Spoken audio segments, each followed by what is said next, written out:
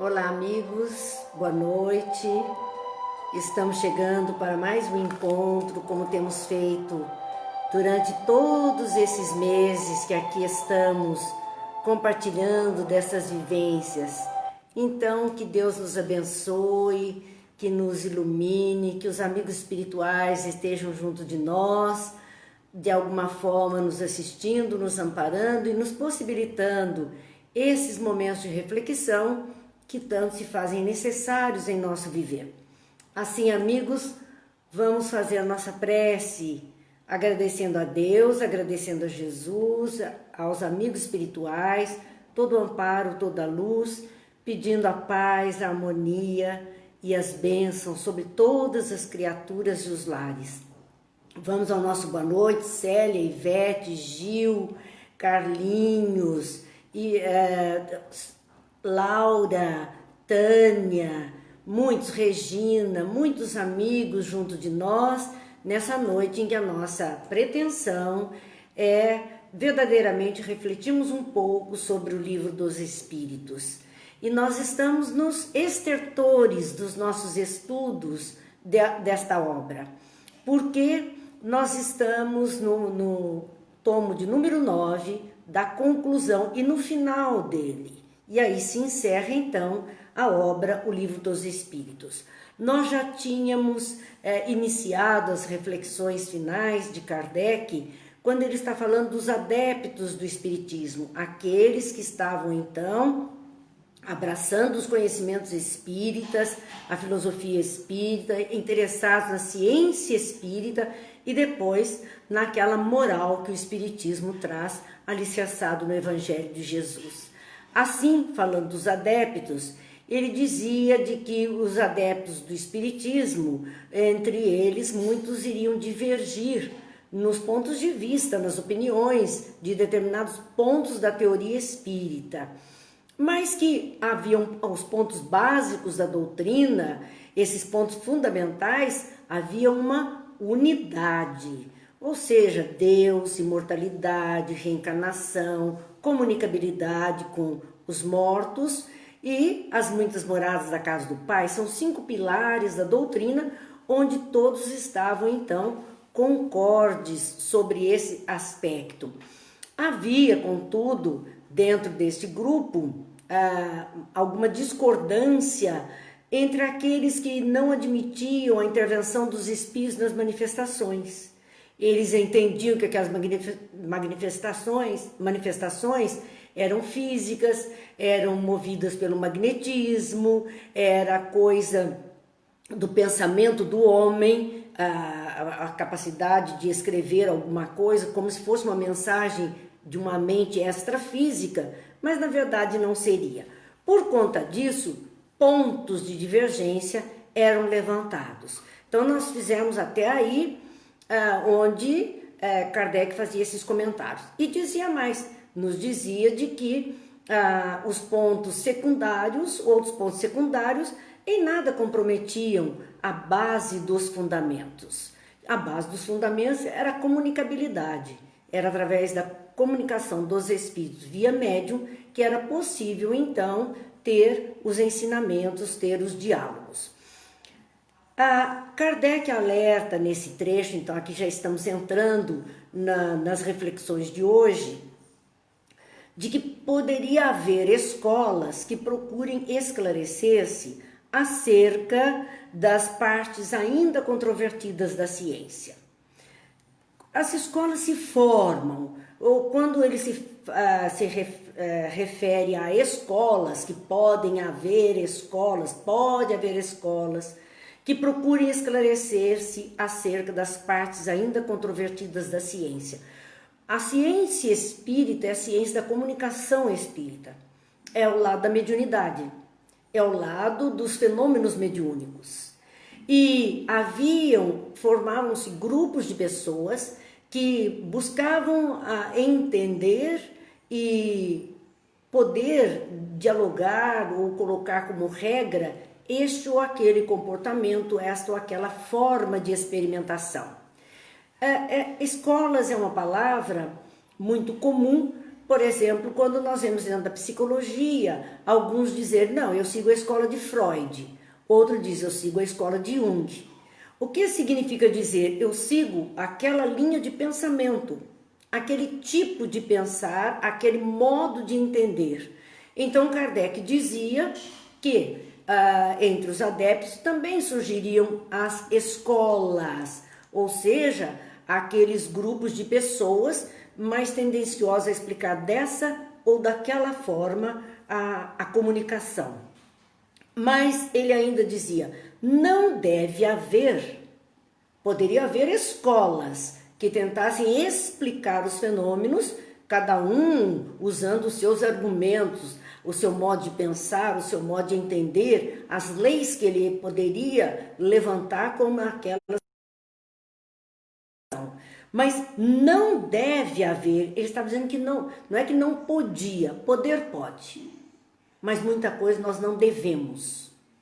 Por isso que Paulo de Tarso dizia, tudo lhe é lícito, nem tudo lhe convém. Tudo nós podemos, mas nem tudo nós devemos.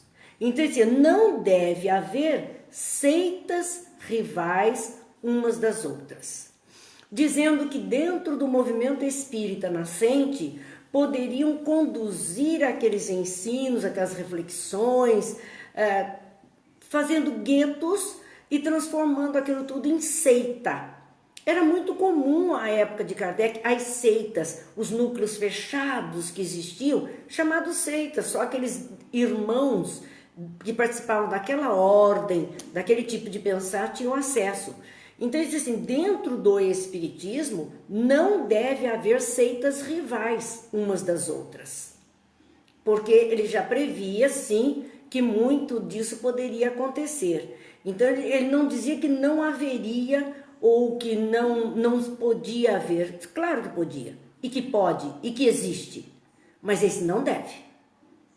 Não deve haver seitas rivais umas das outras. Por incrível que pareça, às vezes, tendo cada centro espírita, dentro do movimento espírita, como um núcleo, aqueles companheiros que participam de um determinado centro, quase que olham o outro centro como um rival. Não pode participar de atividade ali, não pode ter amizade com outro de outro lugar, não pode ir àquela casa. Como não pode? E nós não estamos seguindo o codificador ao dizer que não deve haver seitas rivais, inimigas, competição. Nada disso comporta. Então, se estamos fazendo assim, estamos errando. E errando por falta de conhecimento, por falta de atenção. Porque nós podemos ter pontos diferentes de pensar, formas diferentes de interpretar, de mostrar, de fazer, de dirigir as nossas casas segundo essa ou aquela necessidade que a gente entenda que é a primeira da casa. Tudo isso é possível. Mas nos tornarmos rivais, querendo competir, querendo denegrir a imagem de um para enaltecer a de outro, nada disso faz parte do verdadeiro espírita. Nada disso faz parte daquilo que Kardec deixou como legado para nós. Vamos ainda ao nosso boa noite aqui, que tem gente que eu não disse, Ivete, o Gil, eu também não disse, a Terezinha, eu não disse boa noite para essa gente, Marli, a Regiane, o Vladimir, a Rosana, Marli, Júlio, Dilza, olha quanta gente que eu deixei dizer boa noite. Daniele, Ivete, Reginaldo, Marcos, todos estes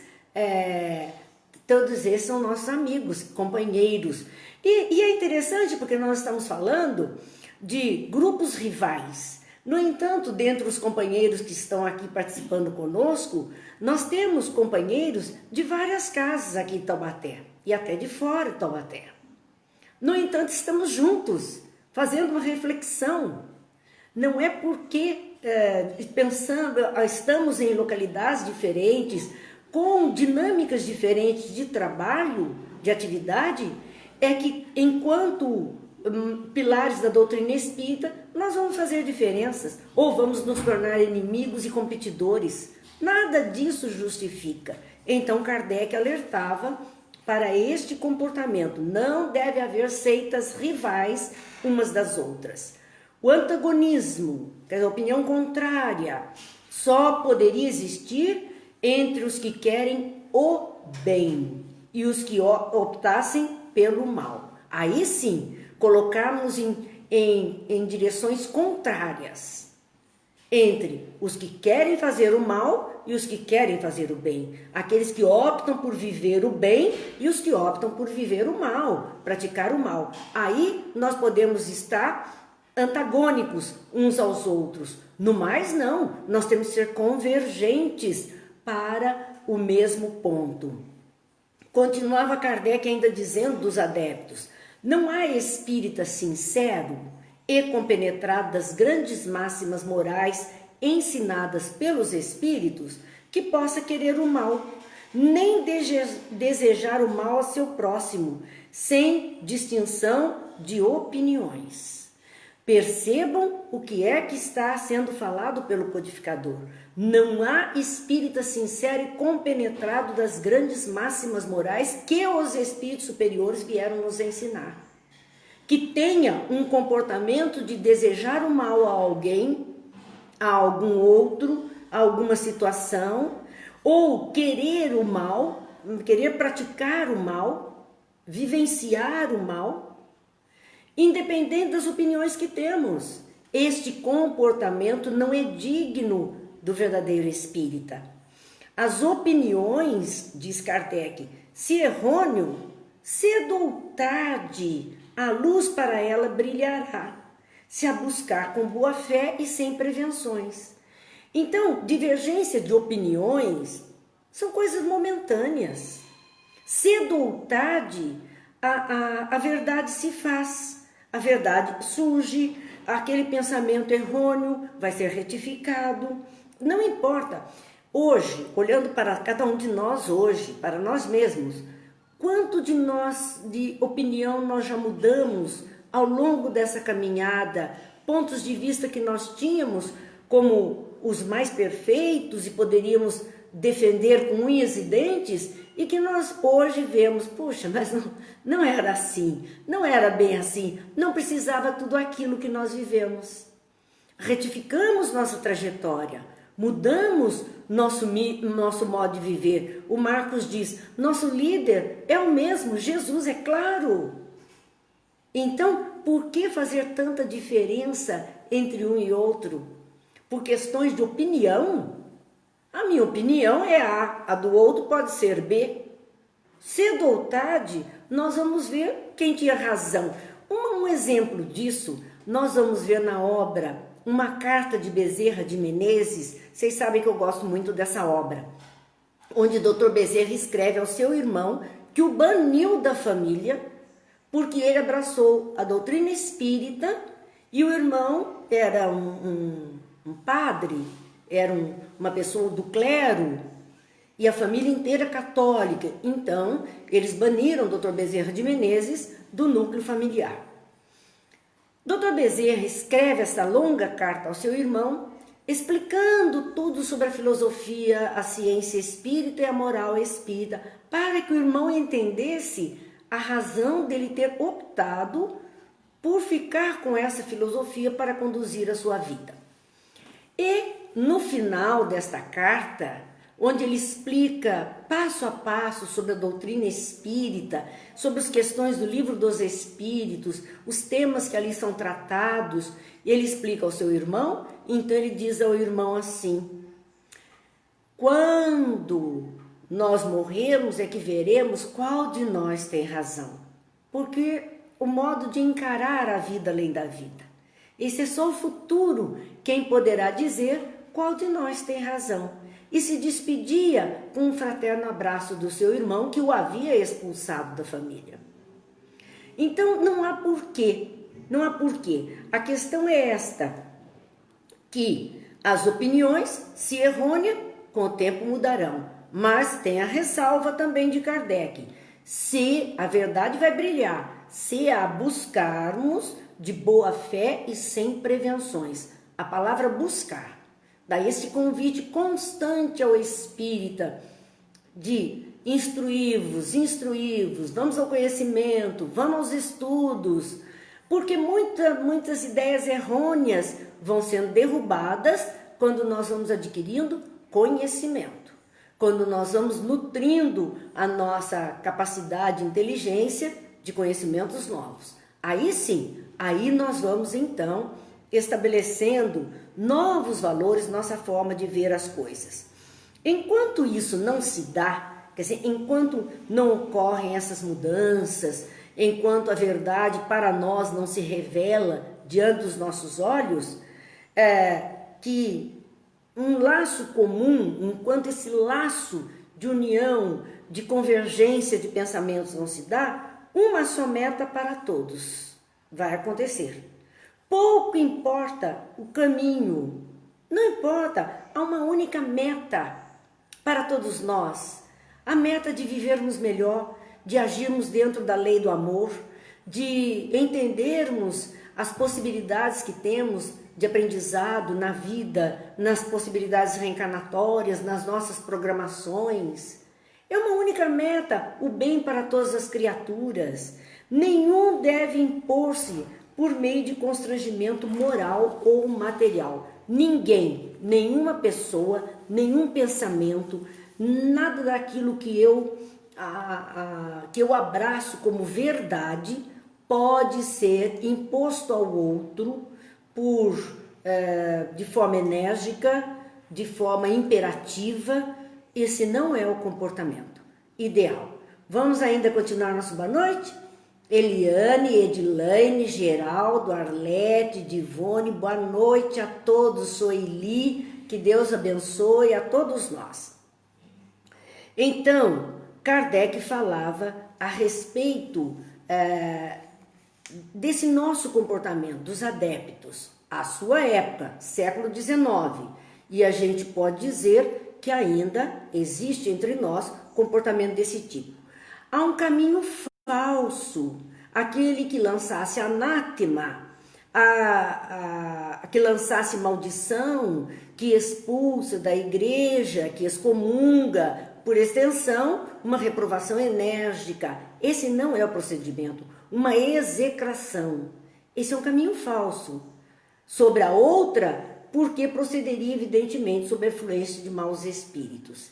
Então, nos nossos núcleos, né, de estudos, nossas casas espíritas, se acontecer expulsão de um membro da coletividade, a menos que haja uma razão muito séria no campo da moral, especialmente, então aquele afastamento se faz muitas vezes necessário. Mas olha, lançar-se anátema, que é dentro do aspecto religioso da doutrina, discussão por conta disso, ou expulsar-se da igreja, ou excomungar-se, né?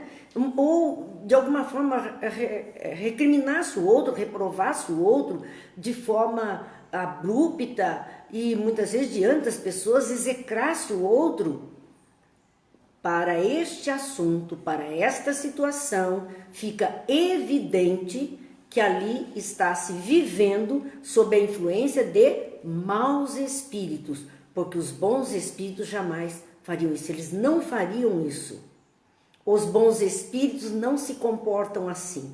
Qualquer comportamento nesse nível significa a presença de maus espíritos dentro daquela comunidade, daquele grupo. Podem ser maus espíritos encarnados, que para ali foram e estão ocasionando agora a confusão dentro de um ambiente que era sadio, ou desencarnados, como verdadeiros obsessores e interessados na destruição daquele núcleo que poderia render alegria, paz e felicidade a muita gente. Então percebam que Kardec chama atenção para isso e é um alerta para todos nós. Se isso está ocorrendo, vamos olhar com calma. Será uma influência negativa de espíritos inferiores? Todos aqueles do nosso relacionamento estão sofrendo ou pautam pela mesma ideia, de repente algo surgiu naquele meio? Ou será um elemento que entrou há pouco tempo naquele grupo, está ali e está perturbando a ordem? Seja o que for, é um ser negativo para aquela coletividade. O maior argumento que nós temos para convencer alguém dos nossos pontos de vista, da nossa forma de pensar sobre um assunto, é a razão. O maior argumento é a razão. A moderação, diz Kardec, garantirá a vitória da verdade do que as diatribes envenenadas pela inveja e pelo ciúme. Então, o que é que garante a vitória da verdade, a luz para todos? A moderação. A razão com moderação. Porque quando entram as diatribes, que são as diabruras, as fofocas envenenadas, destruir, de desorganizar, e elas são causadas por o quê? Pela inveja e pelo ciúme. A incompetência de uns diante da competência de outros faz com que ele tenha inveja. A questão da pessoa ter um magnetismo e o outro não ter um magnetismo equivalente que atrai outras pessoas, dá ciúme. E o homem invejoso e ciumento procede muitas vezes de forma a magoar o outro, a complicar a vida do outro. Então ressalta Kardec neste trecho do tomo 9, os bons espíritos só pregam a união. Os bons espíritos só pregam a união e o amor ao próximo. Tudo que for fora disso, nós precisamos ligar as nossas anteninhas, ter atenção e observar. Então, os bons espíritos só pregam a união e o amor ao próximo. Nunca, olha a palavra que ele usa, nunca. Não tem nem mais ou menos, nem de vez em quando, vez ou outra, nada. Jesus, segundo o livro dos Espíritos, caridade para Jesus, benevolência para com todos, indulgência para com as faltas alheias e perdão das ofensas.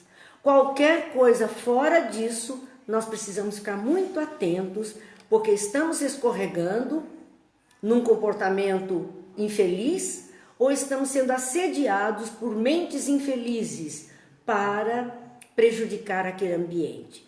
São as últimas palavras do codificador com relação aos adeptos, num alerta profundo que não justifica vermos nos dias atuais qualquer coisa desse nível acontecendo nos ambientes das nossas casas espíritas.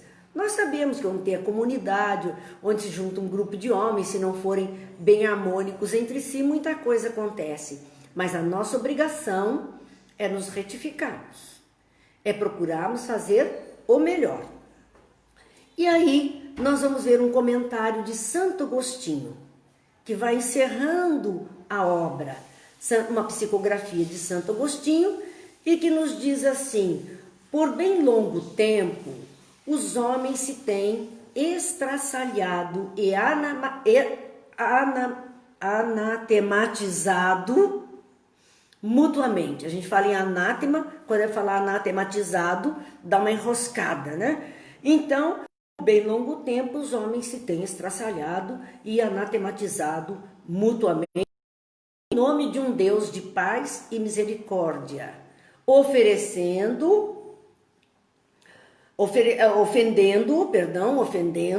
com semelhante sacrilégio. Em nome de Deus, estraçalhar a vida do outro, prejudicar a vida do outro, ou anatematizar, que é o mesmo que rogar praga, xingar, coisas desse tipo, isso não é concorde, isso não se coaduna com a grandeza divina, e ainda fala-se que é em nome de Deus.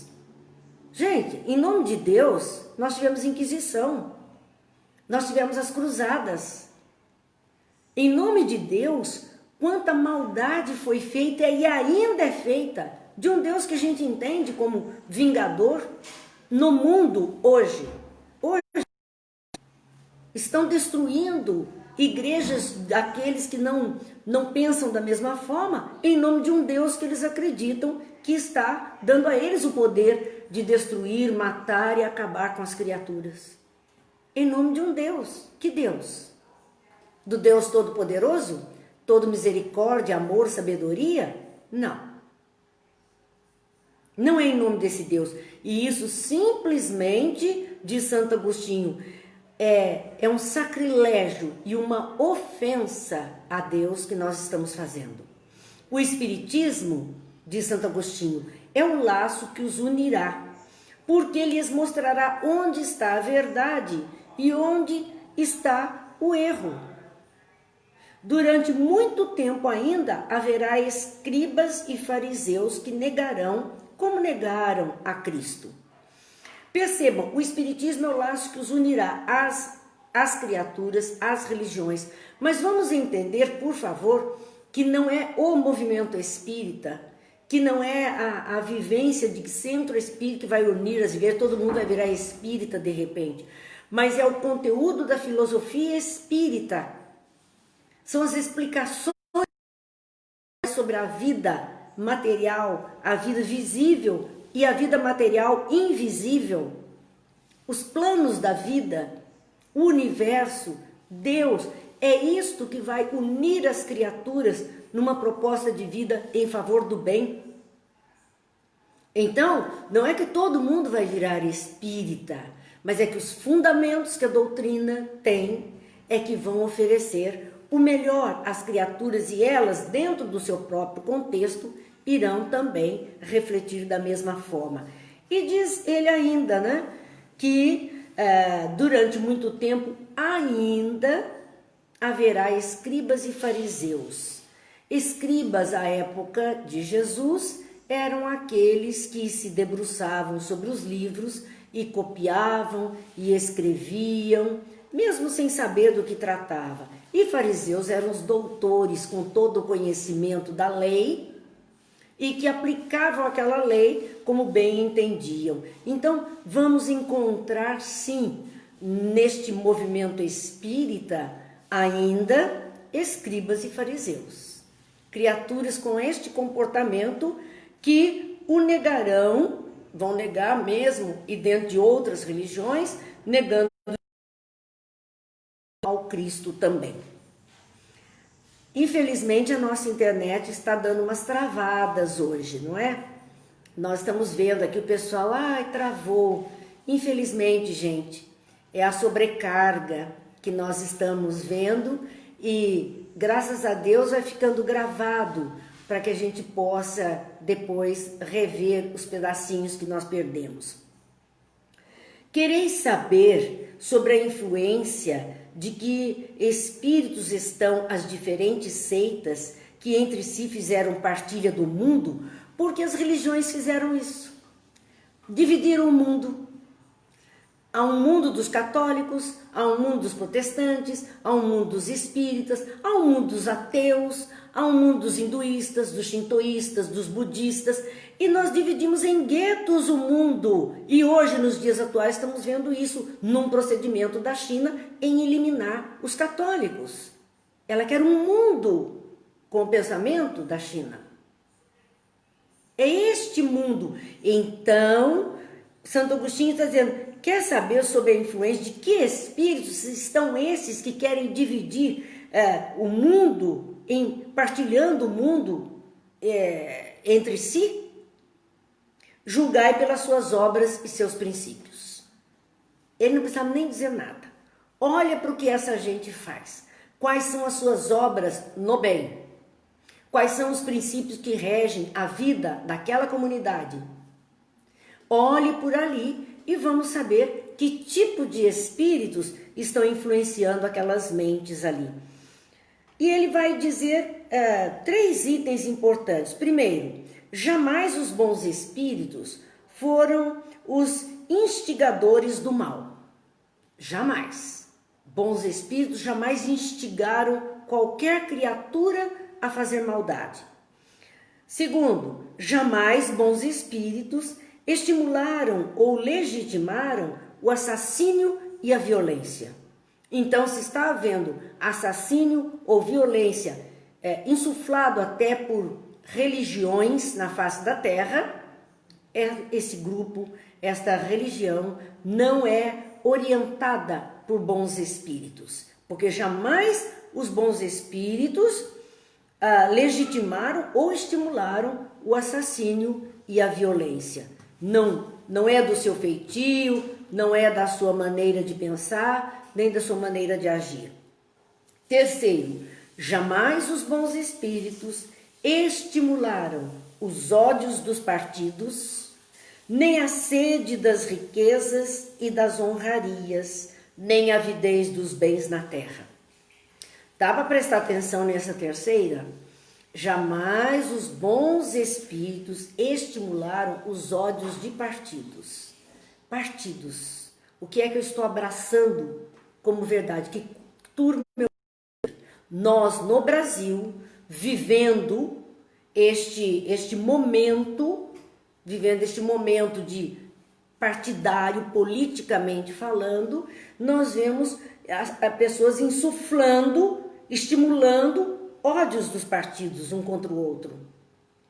Nem a sede de riquezas, o que é que nós estamos vendo mesmo? E das honrarias do poder, será que não estamos vendo isso? E até no contexto religioso, não acontece isso do território do sagrado das religiões? Estamos vendo isso. E a avidez dos bens da terra. Para que é que religiões estão precisando de grandes latifúndios na terra? Para quê? Quando tantas criaturas estão passando dificuldades de moradia? Então percebam que os bons espíritos não endossam esse comportamento. Isso é coisa dos seres humanos encarnados que estão à frente dos movimentos e que por si só estão seguindo nesse ritmo ou influenciados por espíritos muito perturbados, espíritos inferiores, materialistas, dispostos à bagunça, à orgia, à confusão. É isso que nós vemos. Então precisamos um cuidado tão grande para que a gente possa entender os acontecimentos que estão chegando até nós. Então vejamos aqui, nesta fala, neste chamamento de Santo Agostinho, nessa conclusão, e nós vamos ver as últimas palavras do Livro dos Espíritos, nas palavras de Santo Agostinho. Os que são bons, humanitários e benevolentes para com todos, esses, os seus prediletos, e prediletos de Jesus, porque seguem a estrada que este lhes indicou para chegarem até ele. Então, quando é que nós vamos poder afirmar que este reduto religioso, ou aquele reduto religioso, ou este núcleo espírita, ou esta pessoa que se diz espírita, está merecedora do apoio da espiritualidade amiga dos espíritos superiores, quando demonstrarem que são bons, são humanitários, são benevolentes para com todos. Estes são os prediletos da espiritualidade superior e também os prediletos de Jesus, porque estão seguindo a estrada que Jesus indicou a todas as criaturas. Então encerra-se assim o Livro dos Espíritos, que há muitos anos nós estamos então estudando.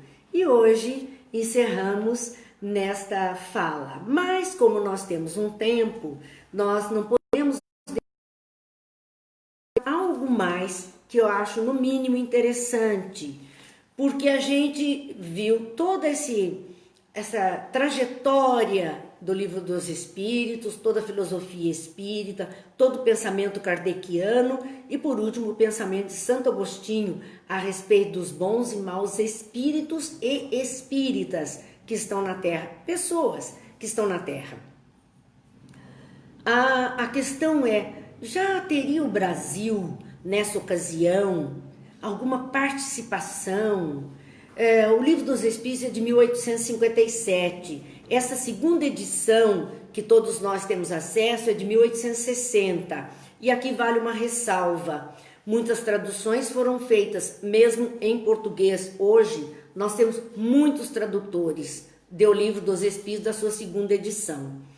E claro que nas traduções fica muito complicado, porque às vezes aquele tradutor usa uma linguagem mais coloquial, uma linguagem mais erudita, uma linguagem mais filosófica, e assim muitas vezes os companheiros pegam algumas traduções que diz, mas isso não está no meu Livro dos Espíritos. Não tem.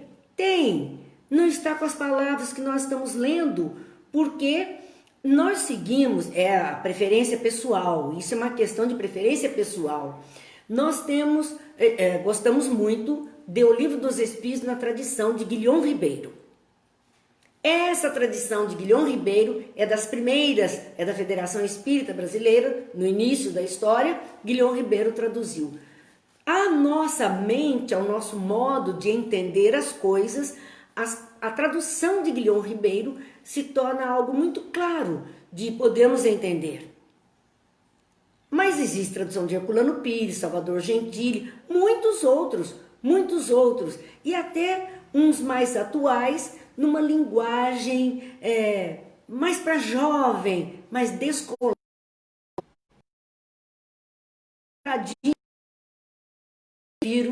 o tradicional de Guilhom Ribeiro. Eu acho mais, para mim, é mais confiável.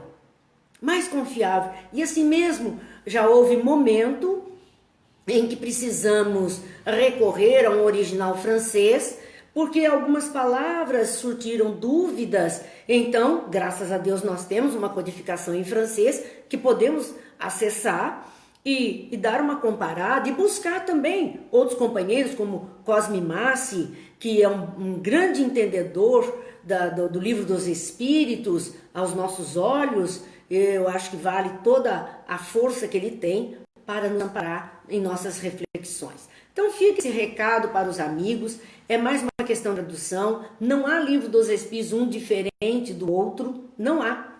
É o mesmo, as traduções é que se tornaram assim um pouco mais leves ou ainda aquelas mais filosóficas, mais pesadas. Mas o que nós dizíamos é que gostaríamos de concluir o nosso estudo do Livro dos Espíritos com uma reflexão. Extrato do jornal O Comércio do Rio de Janeiro. Esse jornal, e eu particularmente, eu gosto muito desse Jornal do Comércio, porque meu pai foi um daqueles que, num tempo, esteve no grupo da presidência, da direção desse jornal, onde ele era linotipista. Ele fazia desse jornal até. Então, para mim é gratificante ver isto publicado. Eu quero mostrar a vocês que está aqui para mim. Vamos ver se eu coloco direitinho. Dá a imagem ao avesso, estão vendo? Mas é a Revista Espírita que completa os nomes da obra de Kardec. E esta é a Revista Espírita, é o volume de número 4 que nós. E há um texto interessante que Kardec, na Revista Espírita, por isso que nós também lançar mão desta Revista Espírita, que era onde ele publicava os comentários próprios, atendendo a cartas que ele recebia, a conteúdos de jornal. Então era o meio que ele tinha de dialogar com as pessoas. É na Revista Espírita, é onde ele completa muita coisa das obras da codificação, completa assim com exemplos, com entendimento próprio, com outras psicografias que não aquelas que estão inseridas lá, porque ficaria longo demais. Então, o material que foi chegando, tá tudo na Revista Espírita. E essa de 1864, eu acho que é o mês de junho de 1864, sim, é julho. O mês de julho de 1864, do Jornal do Comércio do Rio de Janeiro. Ele vai falar do espiritismo no Brasil. É importante nós sabermos disso. E é com data o extrato do dia 3 de 63, é quase um ano depois que ele vai comentar. E o título do extrato é Crônica de Paris. Um jornalista do Jornal do Comércio do Rio de Janeiro fazendo um texto com um título Crônica de Paris. E Kardec publica na Revista Espírita de 1864, mês de julho. E ele diz assim, comentando o fenômeno espírita que estava acontecendo em 63 no Rio de Janeiro. Por sorte, no próximo inverno, cada um poderá regalar aos seus amigos do espetáculo, tornado popular, de alguns fantasmas e outras curiosidades sobrenaturais. E aí ele vai falar das mesas girantes, mesas que dançam, mesas que respondem, e faz até chacota, um tipo de falar de fantasmas envolvidos em lençóis. Ele faz esse tipo de coisa, que nos bailes, em lugar de refresco, vão falar e vão fazer, né, desfiles de fantasmas. E ele coloca assim, que encantador divertimento, nada que disso pensar se tem dele o arrepio. Era algo assim fantasmagórico, era disso que ele falava, era disso que ele falava.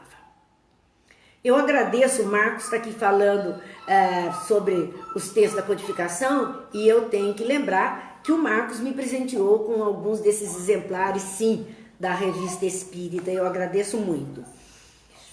Então, coloca este jornalista do Jornal do Comércio do Rio, dizendo assim, Kardec dizendo, o autor passando ao espiritismo. Primeiro ele fez chacota e agora ele vai falar do espiritismo mesmo, dizendo assim, uma vez que falamos de coisas sobrenaturais, não passaremos em silêncio o Livro dos Espíritos. Ele vai ousar comentar o Livro dos Espíritos no Jornal do Comércio. Que título atraente! Quantos mistérios não se escondem! Como se o Livro dos Espíritos fosse algo sobrenatural. Ele não entendeu. Porque o Livro dos Espíritos não fala do sobrenatural, dos espíritos, não é livro de terror, não é filme de terror.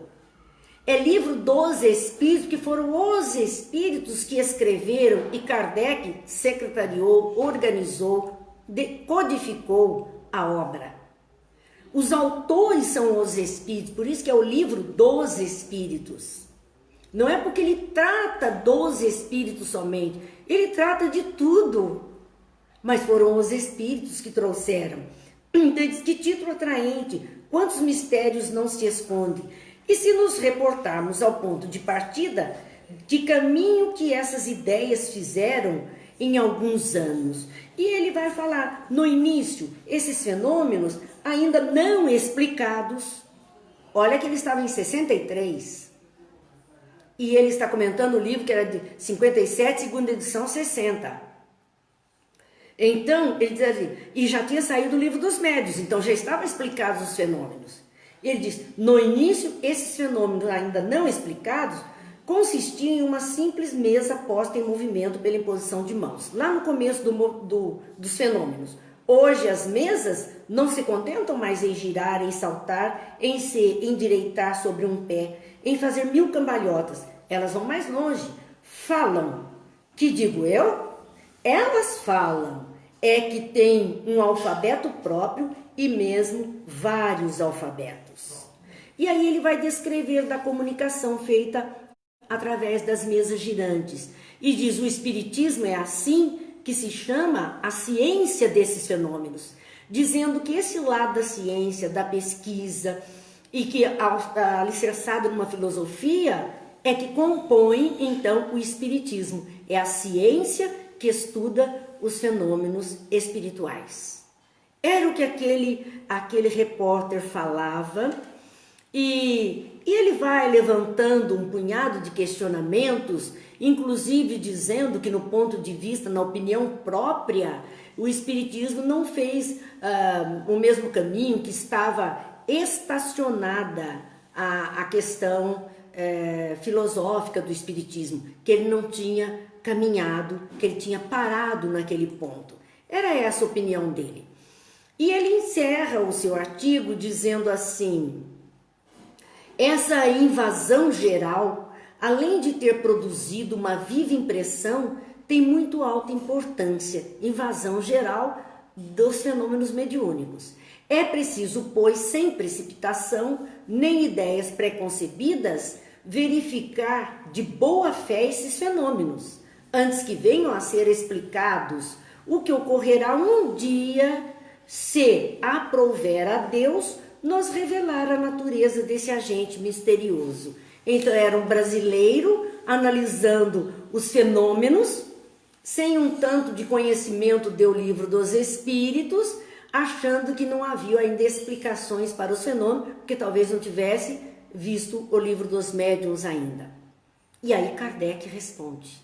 Kardec primeiro apresentou o artigo, um extrato do artigo do Jornal do Comércio do Rio de Janeiro, de 23 de setembro de 1863. E ele diz assim: o autor, como se vê, não é muito avançado. Olha a delicadeza dele para falar da nulidade do pensamento do outro. Nós não somos boazinhas, né? Falar assim. Mas é uma realidade que a gente está vendo. O autor, como se vê, não é muito avançado, mas ao menos não julga o que não sabe. Porque ele não sabia, ele não tinha conhecimento. Então ele disse assim, pode ser que no futuro, se Deus quiser, acontece, resolve e explica-se. Então não julga o que não sabe. Reconhece a existência dos fatos e sua causa primeira, os espíritos nos fenômenos, mas não conhece o seu modo de produção. Não sabia como aconteciam os fenômenos. Continua Kardec. Ele ignora os progressos da parte teórica da ciência e dá a esse respeito um conselho muito sábio. Poderão fazer teorias arriscadas, assim como se estava muito apressado de fazê-lo no início da aparição dos fenômenos, onde cada um se apressou em explicá-los à sua maneira. Assim, a maioria desses sistemas prematuros caíram diante das experiências ulteriores que vieram contradizê-los. Hoje se possui disso uma teoria racional, da qual nenhum ponto foi admitido a título de hipótese.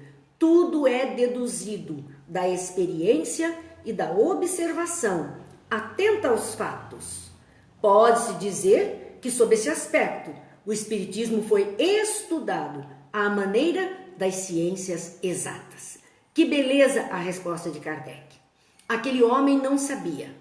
Entre nós, aqueles que também usam da irreverência ou que acham que as coisas não estão bem explicadas, e há até aqueles pretensiosos que querem explicar mais, achar uma nova veia, um novo entendimento para os fatos, não estudaram a codificação.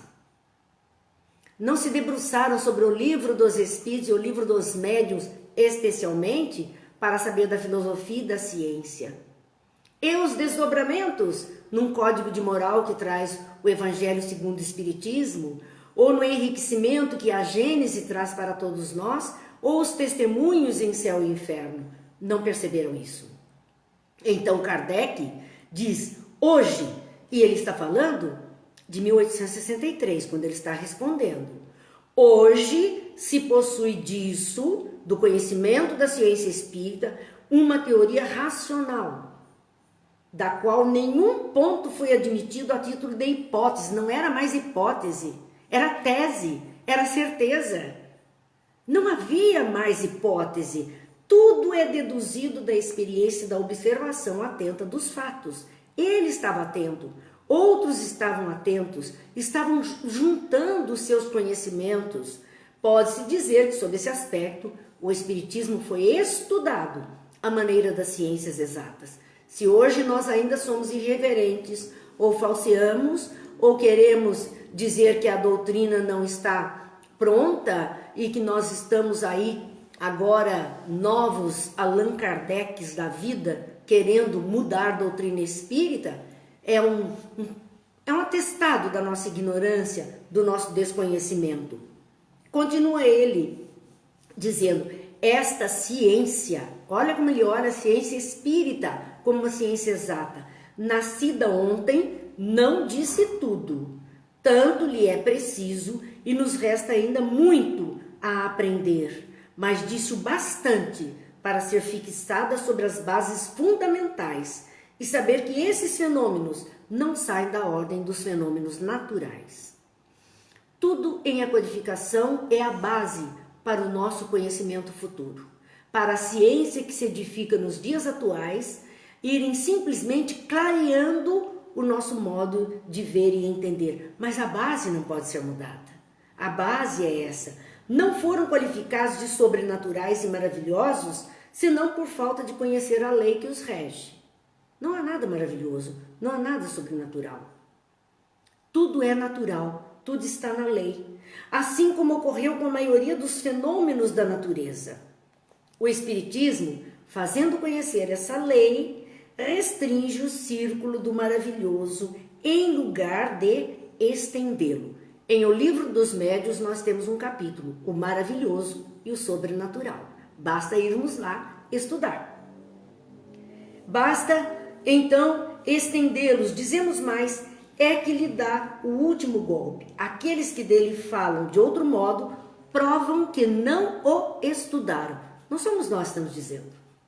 É o próprio codificador, em setembro de 1863, dizendo que aqueles que falam de outro modo daquilo que está sendo trazido, provam que não estudaram aquilo que está sendo apresentado. Nós podemos, como dissemos, clarear, ampliar, mas não mudar essas estruturas. Elas são cláusulas pétreas para nós.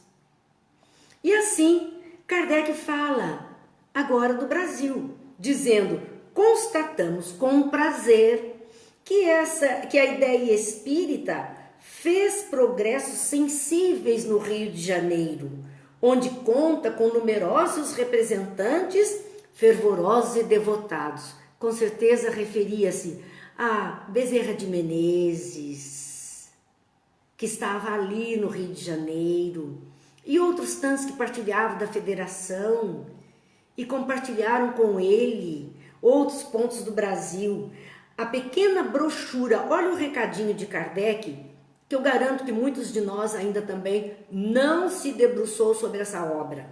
A pequena brochura, o Espiritismo, em sua mais simples expressão, publicada em língua portuguesa, não contribuiu pouco para ali difundir os princípios da doutrina.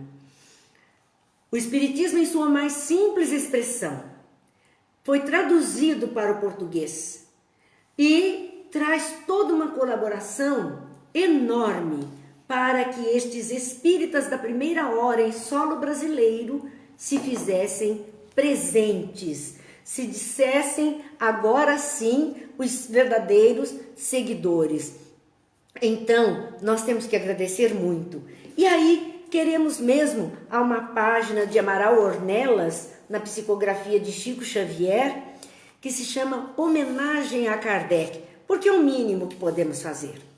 Agradecer todo o trabalho de Kardec para que nós tivéssemos acesso a todos esses ensinamentos. E diz assim, o título é Homenagem a Kardec. Trouxeste Allan Kardec, à longa noite humana, o Cristo em nova luz, revivecida aurora. E onde esteja, serás eternidade afora, a verdade sublime em que o mundo se irmana. Em teu verbo solar, a justiça se ufana, de aclarar e consolando o coração que chora, a fé brilha, o bem salva, a estrada se aprimora, e a vida além da morte esplende soberana. Escuta a gratidão da terra, em toda parte a alma do povo freme e canta ao relembrar-te a presença estelar e a serena vitória. Gênio, serviste. Herói, exterminaste as trevas. Recebe com Jesus, na glória a que te elevas, nosso preito de amor nos tributos da história. Amaral Ornelas. Que essas palavras também reflitam o nosso agradecimento ao grande espírito Hippolyte Léon Denisard Rivaio, conhecido por nós pelo codinome Allan Kardec, por todo o trabalho, por toda a obra, por isto que nos traz e nos permite o conhecimento. Agora, queremos ainda, bem emocionados com o encerramento da nossa obra, vamos nós para mais uma viagem de conhecimento com a permissão de Deus, diz a Ângela. Com certeza, não queremos parar, não podemos parar, é nosso desejo continuar. E eu tomei a liberdade, né?